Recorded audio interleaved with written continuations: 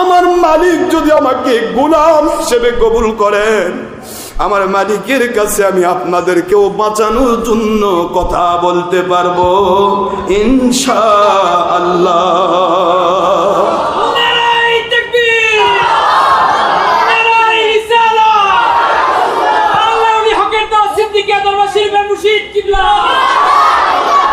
আমার বাবারা, আল্লাহ বলবে, রে জাহান্নামীরা, আজ তোমরা জাহান্নামে যাচ্ছ, আমি আল্লাহ দয়ার সাগর রে, আমার বড় মায়া হচ্ছে।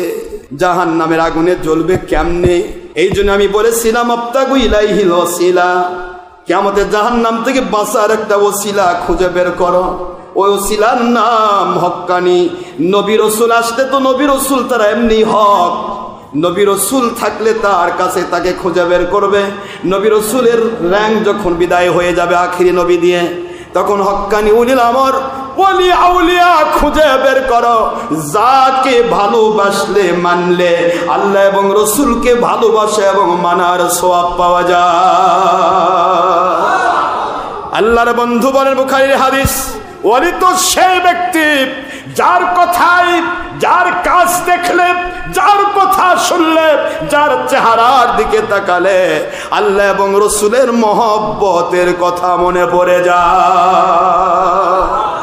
আল্লাহ এবং রাসূল সাল্লাল্লাহু আলাইহি ওয়াসাল্লামকে মানতে ইচ্ছে করে, হারাম কাজ ছাড়তে ইচ্ছে করে, কমের পক্ষে তাৎক্ষণিকভাবে সকল হারামকে হারাম মনে হবে। কথা বলছেন না কেন? ইবাদতগুলিকে ইবাদত করতে মন চাইবে, পরে শয়তান ধোঁকা দিবে, হয়তো হবে না, কিন্তু তাৎক্ষণিক তার ভিতরে একটা পরিবর্তন হবে। এই পরিবর্তন যার কাছে গেলে হয়, তিনিই হবেন আল্লাহর ওলি। জোরে বলুন সুবহানাল্লাহ। আমার বাবাজিরা, যতক্ষণ আপনি ওলির দরবারে থাকবেন, যে কোনো ওলি, সে ভিক্ষুক না বাদশা, আমি বারবার বলেছি, ডক্টর আশরাফ সিদ্দিকী ওলি এমন কোনো গল্প নেই। আব্বা জান, আমি গোলাম, আমার মালিকের গোলামির জন্য এসেছি। মালিক যদি দয়া করে কবুল করেন তার গোলাম হিসেবে, এটাই আমার বড় পাওয়া।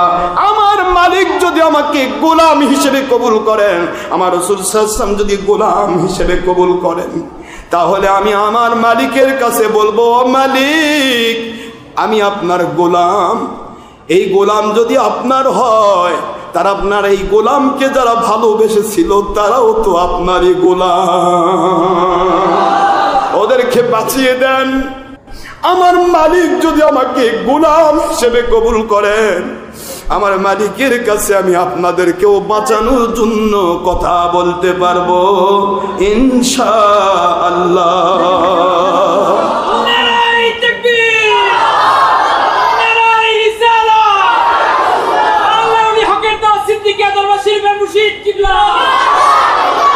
আমার বাবাজিরা, মালিকের কাছে গোলামের দাম বেশি। যে যত বড় মাপের গোলাম, সেই ব্যক্তি মালিকের তত বড় দরজার ওলি।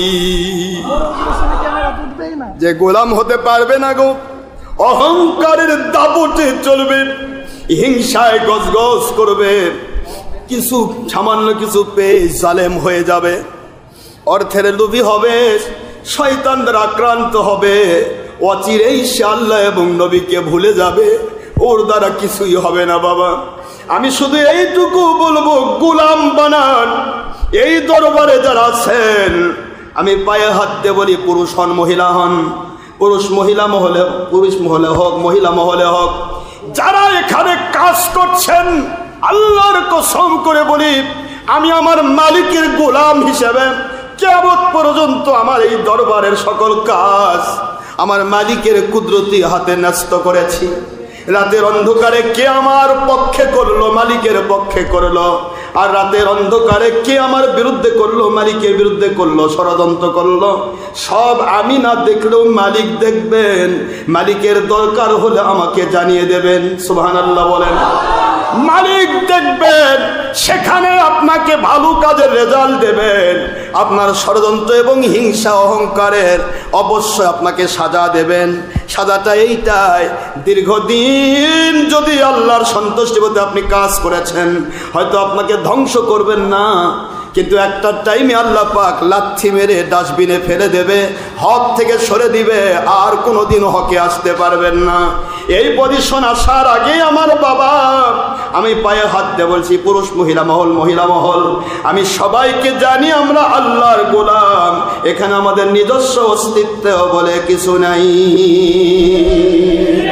যিনি আসবেন আমার পয়েন্ট হলো হক্কানি ওয়ালি এবং আলেম হওয়ার নিয়তে বায়াত হন এবং ভর্তি হন, হক্কানি আলেম এবং ওলি হওয়ার বানানোর নিয়তে দেশ বিদেশে ছড়িয়ে পড়ুন। এই টার্গেটের উপর আমার জিন্দেগি। আর হক্কানি ওলি তো সেই হবে যে সবচাইতে বড় আমার আল্লাহর গোলাম হবে। আল্লাহর গোলামির ভিতরে, আল্লাহর গোলামির ভিতরেই রয়েছে কামিয়াবি। ঠিক না? ঠিক বলবো। আমি তো ভাব আমি কি হলাম রে? নো, আমাদের মর্যাদা ওই জায়গায় যখন আমি নবীকে মানতে পারবো, যখন আমার আল্লাহকে মানতে পারবো, আল্লাহর হাবিবকে মানতে পারবো, তখন আমার মর্যাদা। এর আগে আমার কোনো মর্যাদার মূল্য নেই, ভ্যালুলেস।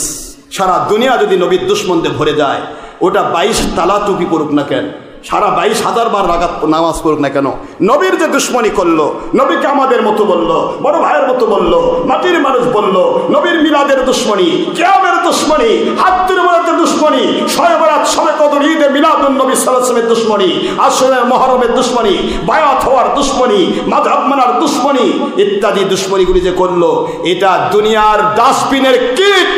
এটাতে কিছু হবে না, এটা কিট হয়ে জাহান্নামে যাবে, এগুলিতে কিছু হবে না। এটা দুনিয়ার ডাস্টবিনের কিট, এর আবর্জনা।